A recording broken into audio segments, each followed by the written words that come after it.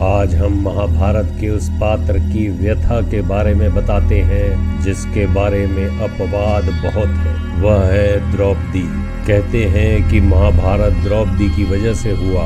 कलयुग में द्रौपदी का नाम लेकर बहुत हास परिहास भी होता है, परंतु आपको शायद पता ही होगा कि द्रौपदी भी सीता मैया की तरह ही अजन्मा थी। वे यज्ञ देवी माँ और यज्ञ सेन के तप से युवती बनकर इस दुनिया में एक खास प्रयोजन के लिए धरती पर अवतरित हुई थी। द्रौपदी जब पांडवों के साथ हिमालय पर्वत पर स्वर्ग की खोज में जा रही थी, रास्ते में वह लड़खड़ा कर पहाड़ पर से नीचे गिर पड़ी थी। वह घायल थी। द्रौपदी की मृत्यु करीब थी। उसके मन के अंदर की वेदना उसने कृष्ण को व्यक्त की। उन्होंने अपनी रक्त से सनी पाती में लिखा कि वह मृत्यु पथ की सहचरी है। उन्होंने लिखा कि अगर यह चिट्ठी पढ़ते पढ़ते लिखते लिखते अगर मेरी आत्मा शरीर को छोड़ जाए तो मैं समझूंगी उसके प्राप्त करता तुम ही हो। उन्होंने लिखा, प्रिय सखा गोविंद, पुरुष श्रेष्ठ कृष्ण, हे मधुसूदन, कृष्णा का प्रणाम। जीवन का सारा मान और अभियोग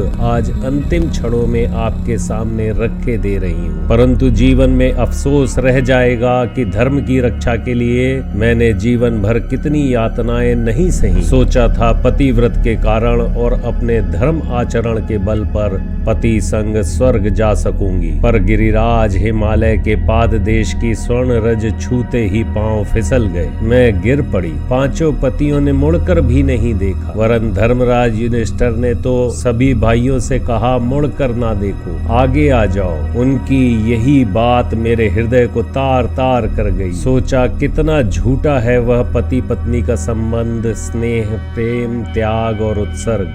अपने कर्म अगर आदमी स्वयं भोगता है तो फिर युधिष्ठिर की धर्म की रक्षा के लिए 5 पतियों के चरणों में अर्पित होकर सारी दुनिया का उपहास, व्यंग और निंदा अपवाद क्यों ढोती फिरी। कहते हैं मेरा नाम पंचसती में गिना जाएगा। उसे देखकर कलयुग के नर नारी विद्रूप हास परिहास करेंगे, कहेंगे 5 पतियों को अपना कर द्रौपदी अगर सती हो सकी तो फिर एक पति व्रत पालन की क्या आवश्यकता है। यौन विकार ग्रस्त कलयुग के उन्मुक्त नर नारियों के बीच द्रौपदी एक व्यंग परिहास का साधन होगी। 5 पतियों की पत्नी द्रौपदी को सतीत्व के लिए जलना पड़ा होगा। इसे यह लोग भला कैसे समझेंगे। तब तो हस्तिनापुर की नायिका द्रौपदी की आत्मा कलंक भरी कहानी की नायिका बनकर रह जाएगी। हे कृष्ण, हे वासुदेव, तुम तो इच्छामय हो। तुम्हारी इच्छा से द्रौपदी ने जन्म से अब तक सारा रास्ता तय किया। तुम्हारी इच्छा पर द्रौपदी की पलकें झपकी हैं।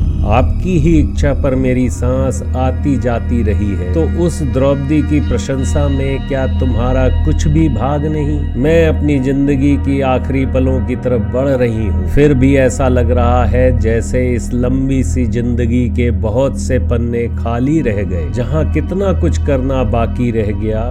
बर्फ से ढके हुए हिमालय पर्वत की जमीन पर आज मैं अकेले ही चल रही हूँ। कितना कुछ सहा है मैंने इस दुनिया को अंधेरे से बाहर लाने के लिए। कौरवों की उस सभा में चीर हरण का दंश झेल कर भी मैंने सिर्फ तुम्हें ही अपने सामने देखा। मेरे सामने मेरे 5 पति जिन्हें यह दुनिया एक योद्धा मानती आई, उस कुरु सभा में दुर्योधन के गुलाम बने बैठे थे। हे प्रभु, तुम मेरे सखा हो और इस जगत के पालनहार। तुमसे क्या कुछ भी छुप सकता है। अपनी इच्छाओं का पीछा करते करते जो तन आज तक सिर्फ धर्म और अपने पतिव्रत के कारण सदा रहा है, परंतु आज अपने जीवन के आखिरी पलों में एक सूखे हुए पत्ते की तरह यूं ही हवा के सहारे बढ़ रहा है। स्वर्ग जाने की राह में मैंने बस इतना ही चाहा था कि मैं अपने 5 पतियों के साथ उनके इस आखिरी सफर में स्वर्ग के दरवाजे पर कदम रखूं। लेकिन महाराज युधिष्ठिर ने पल भर में ही मुझे अकेला छोड़कर जाने का फैसला कर लिया। पीछे मत देखो भीम, क्योंकि तुम्हें अब सिर्फ आगे बढ़ना है।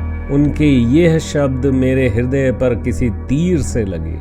अपनी मृत्यु के इस पल में आभास हो रहा है जब ये शरीर ही अपना नहीं, इस शरीर के अंदर वास करती हुई आत्मा भी अपनी नहीं, तो फिर वो कैसे संबंध, वे कैसे अपने हो सकते थे। ना तो मैंने युद्ध की इच्छा की थी और ना ही किसी राज्य की। मैं अपने आखिरी वक्त में बस देखना चाहती थी उन पंचपतियों की आंखों में अपने लिए एक संवेदना, एक आभार, मेरे प्रेम के लिए। आज ऐसा लगता है कि अभिमन्यु के पुत्र परीक्षित के राजा बनते ही कलयुग ने मेरे चरित्र, मेरे धर्म को कलंकित करना शुरू कर दिया। भोग में डूबी हुई स्त्रियां मेरे नाम के सहारे अपने आप को एक अबला साबित कर कहेंगी कि अगर द्रौपदी के 5 पति होने के बाद भी वो एक सती है तो हम क्यों नहीं। तब क्या कोई मेरी इस पीड़ा को समझ पाएगा? हे कृष्ण, मेरी जिंदगी का हर पल बस तुम्हारी ही इच्छा से गुजरा है। पलक झपकाने से लेकर सांस लेने तक तो क्या मेरे इस अपमान में तुम्हारा हिस्सा नहीं होगा? ऐसा क्या है मेरी जिंदगी के बारे में जो तुम्हें पता नहीं? लेकिन फिर भी आज जिंदगी के आखिरी पलों में तुमसे सब कुछ कह देना चाहती हूँ। आज मैं हिमालय की इन बर्फीली पहाड़ियों पर अपने पैरों से निकलते हुए खून और अपनी आंखों से निकलते हुए इन आंसुओं से अपनी कहानी लिख रही हूँ, ताकि जब तुम इस धरती का उद्धार करने के लिए अवतार लेकर इस राह पर आओ तो तुम्हारी आंखों में तुम्हारी सखी के लिए मान हो, तुम्हारे होठों पर एक आह, हे माधव, अब शरीर भी साथ छोड़ रहा है और साहस भी। अब मेरी आत्मा सिर्फ तुम्हारे अंदर ही विलीन हो जाना चाहती है, ठीक जैसे एक शांत गहरे समुद्र में बारिश की एक बूंद। बहुत वर्षों तक समेटा है मैंने इस दुख को और आज इसे पूरा लिखने तक न मुझसे मेरी यादें वापस लेना और ना ही लिखने की शक्ति। मैं अजन्मी हूँ जो यज्ञ देवी माँ और यज्ञ सेन के तप से युवती बनकर ही इस दुनिया में आई और अब एक कहानी बनकर इस दुनिया में रहूंगी।